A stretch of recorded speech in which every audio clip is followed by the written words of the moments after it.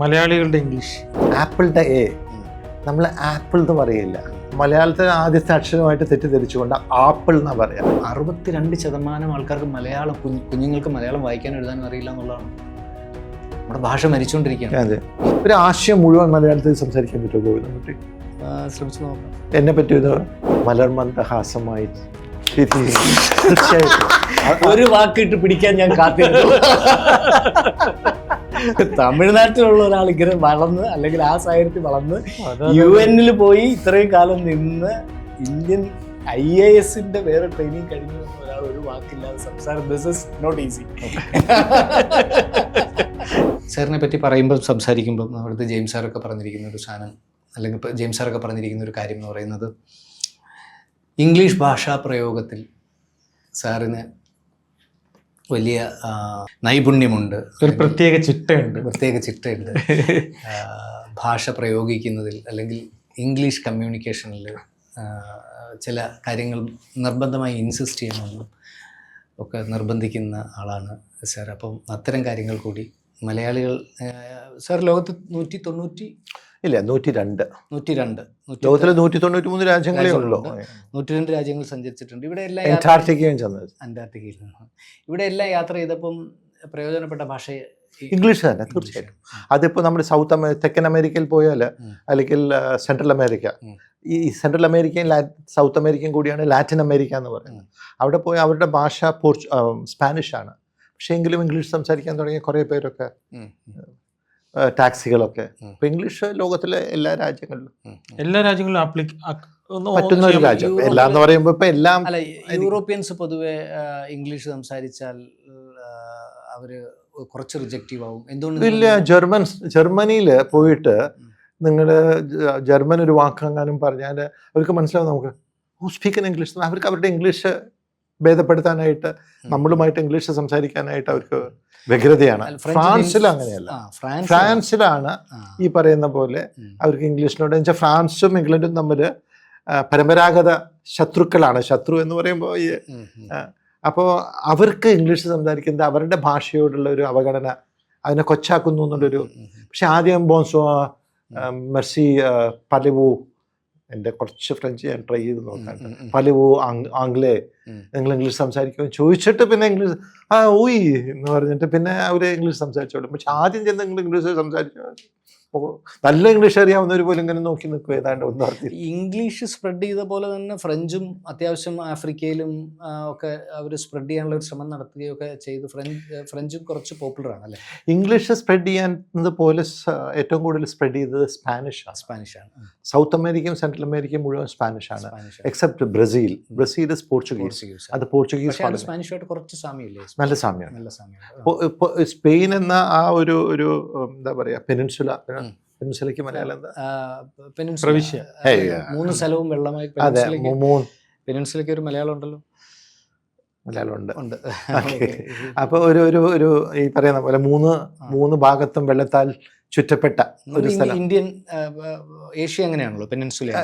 Asia അല്ല, തെക്കൻ India. നമ്മുടെ ഇന്ത്യ ഭരുന്ന ഭാഗം south India is A peninsula. അതേപോലെയാണ് ഈ പോർച്ചുഗലും സ്പെയിനും കൂടിയത്. പോർച്ചുഗലിൻ്റെ ചെറിയ ഭാഗം മാത്രമേ ഉള്ളൂ ആ ഒരു പെനിൻസുലയുടെ ഭാഗമായിട്ട്. പക്ഷെ ആണ് വാസ്കോ ഡ ഗാമയൊക്കെ അവിടെ നിന്നായിരുന്നു. അവരാണ് ഇന്ത്യയിലേക്കൊക്കെ വന്ന. പക്ഷെ സ്പെയിനാണ് അന്നത്തെ മാർപ്പാപ്പയുടെ പേര് ഞാൻ ഓർക്കുന്നില്ല. അദ്ദേഹം ഈ വഴക്ക് കുറയാൻ വേണ്ടിയിട്ട് അദ്ദേഹം പറഞ്ഞു, ഈ അറ്റ്ലാന്റിക് സമുദ്രത്തിൻ്റെ പടിഞ്ഞാറ് കിടക്കുന്ന മുഴുവൻ പോർച്ചുഗലെ നിങ്ങൾ എടുത്തോളാം, അല്ല സ്പെയിനോട് എടുത്തോളാൻ പറഞ്ഞു. ഈ അറ്റ്ലാന്റിക് സമുദ്രത്തിൻ്റെ കിഴക്ക് കിടക്കുന്ന മുഴുവൻ പോർച്ചുഗലിനോട് എടുത്തോളാം. അതുകൊണ്ടാണ് സ്പാനിഷുകാർ ഇവിടെ ആദ്യം എത്തിയിട്ടില്ല. പോർച്ചുഗലാണ് എത്തിയിട്ട് ഗോവയിൽ അവർ സ്ഥാപനമാക്കി. പിന്നെ അത് കഴിഞ്ഞിട്ട് ഡച്ച് വന്നു. പിന്നെ ഇംഗ്ലീഷുകാർ ഇവരെല്ലാവരും ഒതുക്കി നമ്മളെ അടക്കി ഭരിച്ചു.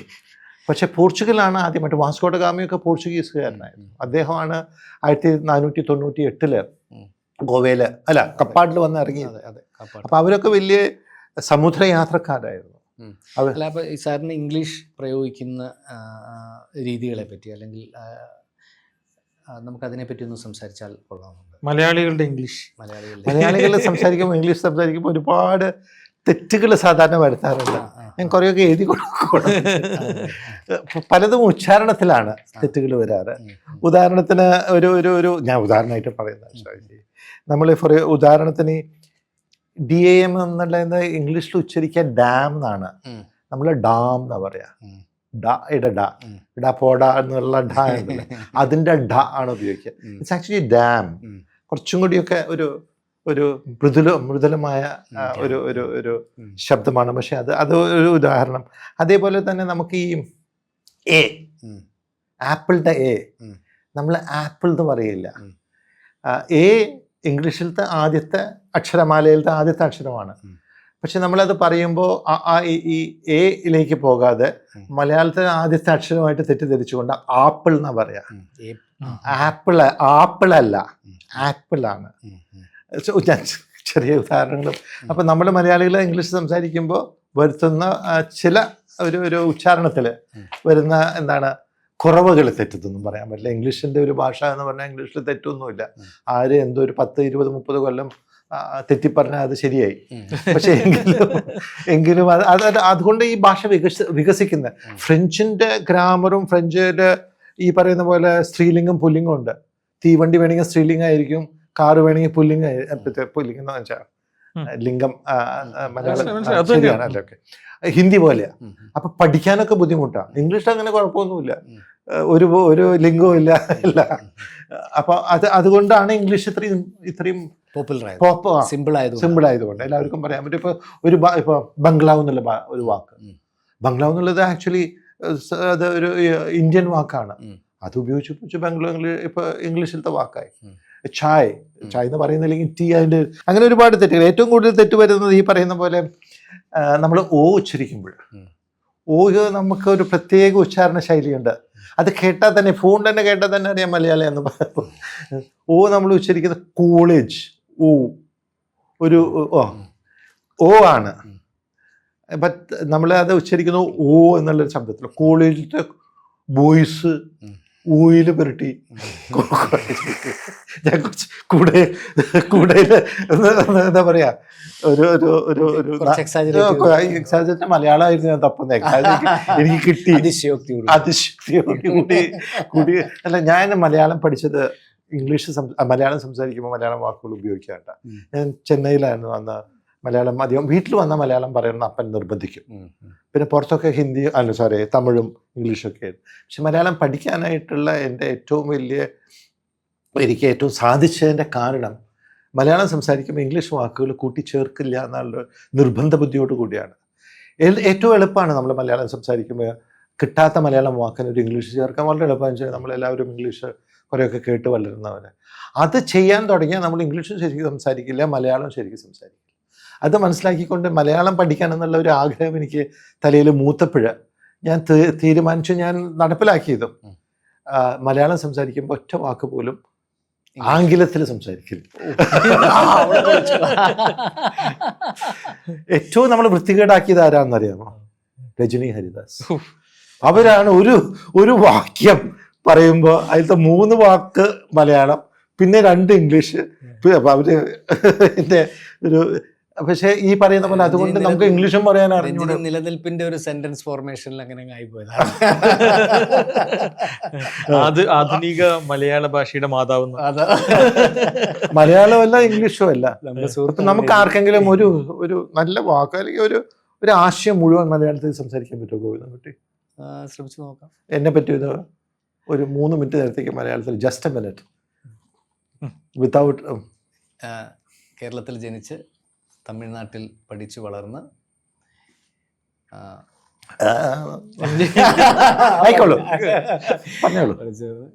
ഇന്ത്യൻ ഭരണ സർവീസിന് മലയാളം അല്ലേ? ഭരണസേവനത്തിൽ ഉന്നത പദവി നേടി. ഉന്നതയല്ല, ഏകദേശം 10 വർഷത്തോളം ഇന്ത്യയിൽ സേവനമനുഷ്ഠിച്ച് അന്താരാഷ്ട്ര ഭരണ സംവിധാനം ത്തിന് നേതൃത്വം നൽകുന്ന വല്ല പയ്യാണ് അല്ല, എൻ്റെ അച്ഛൻ നമ്മൾ വീട്ടില് രക്തത്തിന് രക്തം എന്ന് പറഞ്ഞു പഠിപ്പിക്കുന്ന okay, അച്ഛനായിരുന്നു. that's മലയാള very- ഭാഷയെ അതുപോലെ ആണോ? സ്നേഹിച്ചിരുന്നു. Okay. അതാണ് നമുക്കൊക്കെ കിട്ടിയ ഒരു ഭാഷ വരം. വരം. അതൊരു വലിയ തീർച്ചയായിട്ടും. അച്ഛൻ തന്ന ഒരു വലിയ ഇന്ന് ഞാൻ വേണമെങ്കിൽ ശ്രമിച്ചാൽ പറയാം, അതെ അത്രേ ഉള്ളൂ. അതെ, ഞാൻ ഇപ്പം ഇങ്ങോട്ട് വരുമ്പോഴും കണ്ടൊരു വാട്സപ്പ് കാണായിരുന്നു. ഉം. അതിനകത്ത് ഒരു മലയാളം ടീച്ചർ ഉം.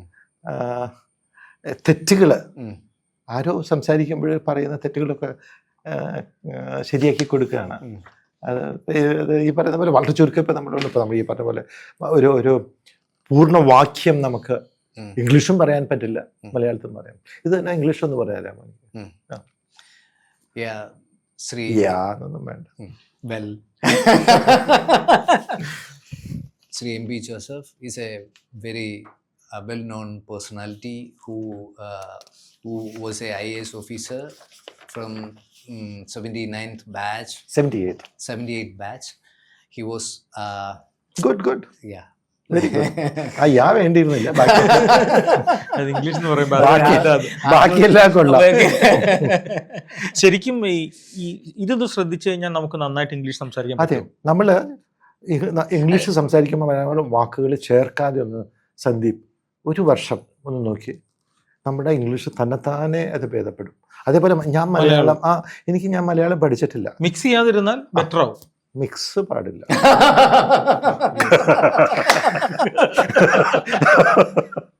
അടുത്ത റോളായത്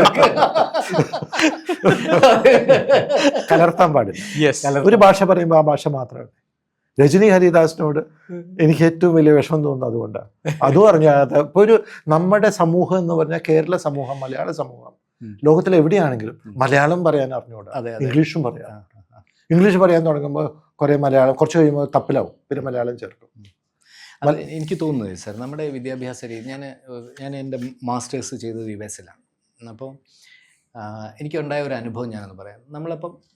നമ്മളെവിടെ ചെന്നാലും നമ്മൾ ആൾക്കാരെ കമ്പനി കൂടുമല്ലോ. അപ്പം നമ്മളങ്ങനെ എനിക്ക് ലോങ് ഐലൻഡിൽ ഞാനൊരു സ്ഥലത്ത് പോയി.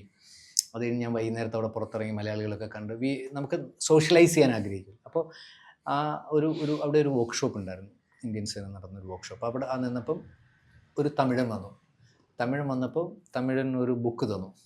ആ ബുക്കിൽ മുഴുവൻ തമിഴാണ് അച്ചടിച്ചത്. അവരുടെ തമിഴ് അസോസിയേഷൻ്റെ പരിപാടികൾ, അത് നമുക്ക് വായിക്കാൻ പോലും പറ്റില്ല, ഫുൾ തമിഴാണ്. ഇത് കഴിഞ്ഞ് അടുത്തൊരു ദിവസം മലയാളി അസോസിയേഷൻ്റെ ഒരു ബുക്ക് എനിക്ക് തന്നു. ഒരു വാക്ക് മലയാളമില്ല. അപ്പം ഞാൻ അവിടെ വെച്ച് തന്നെ അത് തന്ന അദ്ദേഹത്തോട് ഞാൻ ചോദിച്ചു, ഇതിൽ മലയാളം ഇല്ലല്ലോ. ഇയാൾ ഭയങ്കര ഡിസ്റ്റർബ്ഡായി.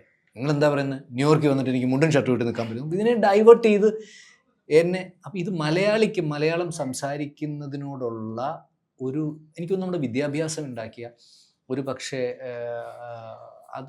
അങ്ങനൊരു സാധനം നമ്മുടെ കുട്ടികളുടെ തലയിൽ പകർന്നു കൊടുത്ത് വളർത്തിയതാണോ എന്നൊരു സംശയമുണ്ട്. ഇപ്പോൾ സാറ് ഇംഗ്ലീഷ് സംസാരിക്കുമ്പോൾ സാറ് പാലിക്കേണ്ട ചില മര്യാദകൾ എന്ന് പറയുന്നത് കേൾക്കാൻ കൂടുതൽ ആൾക്കാരുണ്ടാവും. പക്ഷേ മലയാളം സംസാരിക്കുമ്പോൾ പാലിക്കേണ്ട ചില മര്യാദകൾ പറഞ്ഞാൽ അതിനെ കേൾക്കാനോ മനസ്സിലാക്കാനോ പോലും നമ്മുടെ ആൾക്കാർ തയ്യാറല്ല.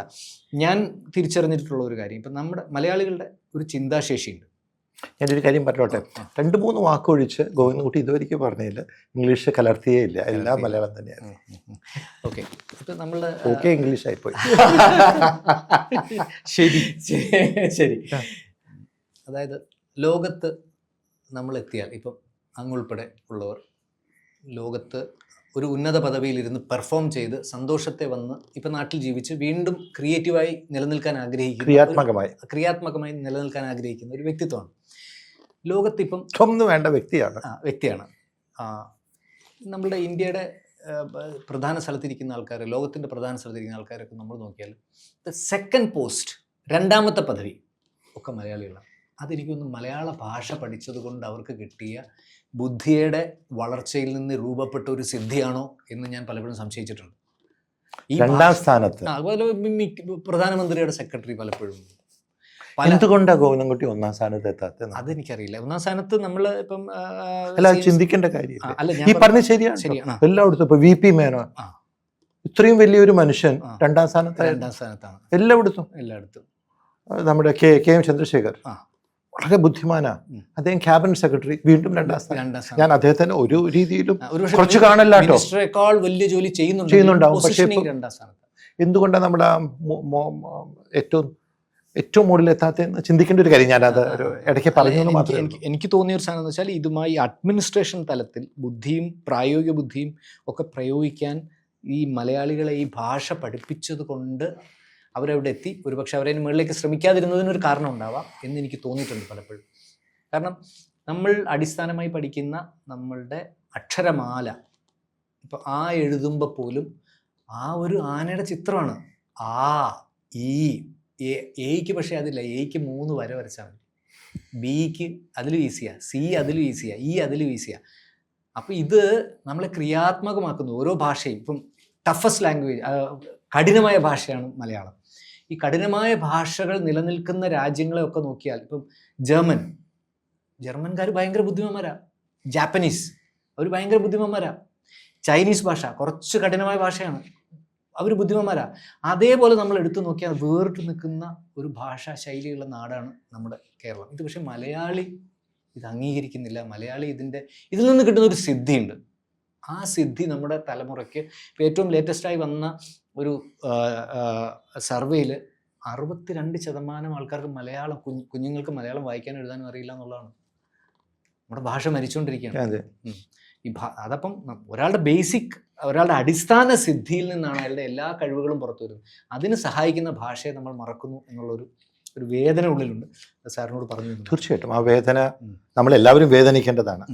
കേരളം ആകെ മൊത്തം ആസകലം ആ വേദന ഉൾക്കൊള്ളേണ്ടതാണ്. അത് ചെയ്യുന്നില്ല. നമ്മൾ ഈ പറഞ്ഞതുപോലെ അവിടെ ഇല്ലാത്തൊരു ഭാഷാ രീതിയിലേക്ക്.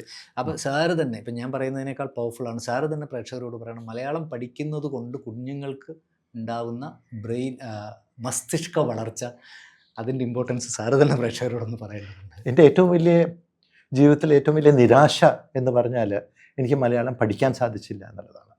ഞാൻ മലയാളം പഠിക്കാൻ തുടങ്ങിയത് കഴിഞ്ഞൊരു 10-12 വർഷത്തിന് മുമ്പാണ്. അത് എനിക്ക് വലിയൊരു വീഴ്ചയായിട്ടാണ് തോന്നുന്നത്. ഞാൻ ചെറുപ്പത്തിൽ തന്നെ എനിക്ക് മലയാളം പഠിക്കാൻ സാധിച്ചിരുന്നെങ്കിൽ, എനിക്ക് മലയാളം എഴുതാൻ സാധിച്ചിരുന്നെങ്കിൽ, എനിക്ക് മലയാളം വായിക്കാൻ സാധിച്ചുവരുന്നെങ്കിൽ. ഓരോ ഭാഷയിലുമാണ് അതിൻ്റെ സാഹിത്യം കിടക്കുന്നത്. ഇതുവരെ എനിക്കൊരു മലയാളത്തിലത്തെ MT നായരുടെയോ ആരുടെയും ഒരു പുസ്തകം വായിക്കാൻ സാധിച്ചിട്ടില്ല. ഏറ്റവും വലിയ എൻ്റെ ഒരു കുറവ് എനിക്കതായിട്ടാണ് കാണുന്നത്. മക്കളെ, നിങ്ങൾ ആ കുറവിലേക്ക് കാലുകുത്തരുത്. നിങ്ങളൊക്കെ ഭാഗ്യവാന്മാരാണ്. നിങ്ങൾ മലയാളത്തിൽ ജനിച്ചു വളർന്ന മലയാളം പഠിച്ചു. ഞാൻ മദ്രാസിലായതുകൊണ്ട് എനിക്ക് സാധിച്ചില്ല. നിങ്ങളൊക്കെ ഭാഗ്യവാന്മാരാണ്. കാരണം കേരള മണ്ണിൽ പെറ്റ് വീണ് ജനിച്ച് വളർന്നവരാണ്. നിങ്ങളുടെ കൈമുതലായ മലയാള ഭാഷ ഒരിക്കലും കൈവിടരുത്. അത് പ്രയോഗിച്ചുകൊണ്ട്, സംസാരിച്ചുകൊണ്ട്, മലയാളം സംസാരിക്കുമ്പോൾ ഇംഗ്ലീഷ് വാക്കുകൾ കലർത്താതെ സംസാരിച്ചുകൊണ്ട്, മലയാളം എഴുതിക്കൊണ്ട്, മലയാളം വായിച്ചുകൊണ്ട്, മലയാളം നമ്മളാക്കുന്നത് മലയാള ഭാഷയാണ്. ആ മലയാള ഭാഷ തൻ മാദക ഭംഗിനൻ മലർമന്ദഹാസമായി തീർച്ചയായിട്ടും ഒരു വാക്കിട്ട് പിടിക്കാൻ ഞാൻ കാത്തിരുന്നു. തമിഴ്നാട്ടിലുള്ള ഒരാൾ ഇങ്ങനെ വളർന്ന്, അല്ലെങ്കിൽ ആ സാഹചര്യത്തിൽ വളർന്ന് UN പോയി ഇത്രയും കാലം നിന്ന് ഇന്ത്യൻ IAS വേറെ ട്രെയിനിങ് കഴിഞ്ഞു വന്ന ഒരാൾ ഒരു വാക്കില്ലാതെ സംസാരം, this is not easy. Okay, നമുക്ക് ഭാഷാ പ്രയോഗങ്ങളിലേക്ക്, ഇനിയിപ്പോൾ നമ്മൾ മലയാളത്തെ പറ്റി ഏകദേശം സംസാരിച്ചു, നമുക്കിനി ഇംഗ്ലീഷിനെ പറ്റി ഒന്ന് സംസാരിക്കാം.